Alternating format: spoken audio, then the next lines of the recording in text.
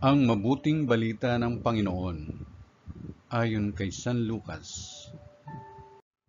Papuri sa iyo, Panginoon. Noong panahong iyon, sinabi ni Jesus sa kanyang mga alagad,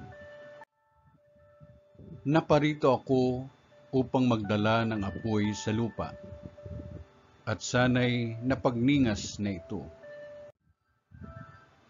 May isang binyag pa na dapat kong tanggapin, at nababagabag ako hanggat hindi natutupad ito. Akala ba ninyo'y pumarito ako upang magdala ng kapayapaan sa lupa?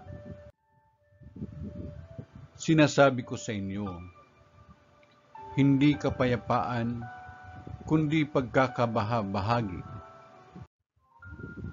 Mula ngayon, ang 5 katao sa isang sambahayan ay mababahagi. 3 laban sa 2, at 2 laban sa 3. Maglalaban-laban ang ama at ang anak na lalaki, ang ina at ang anak na babae,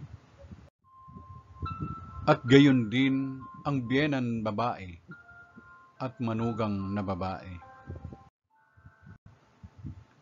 Ang mabuting balita ng Panginoon. Pinupuri ka namin, Panginoong Jesucristo.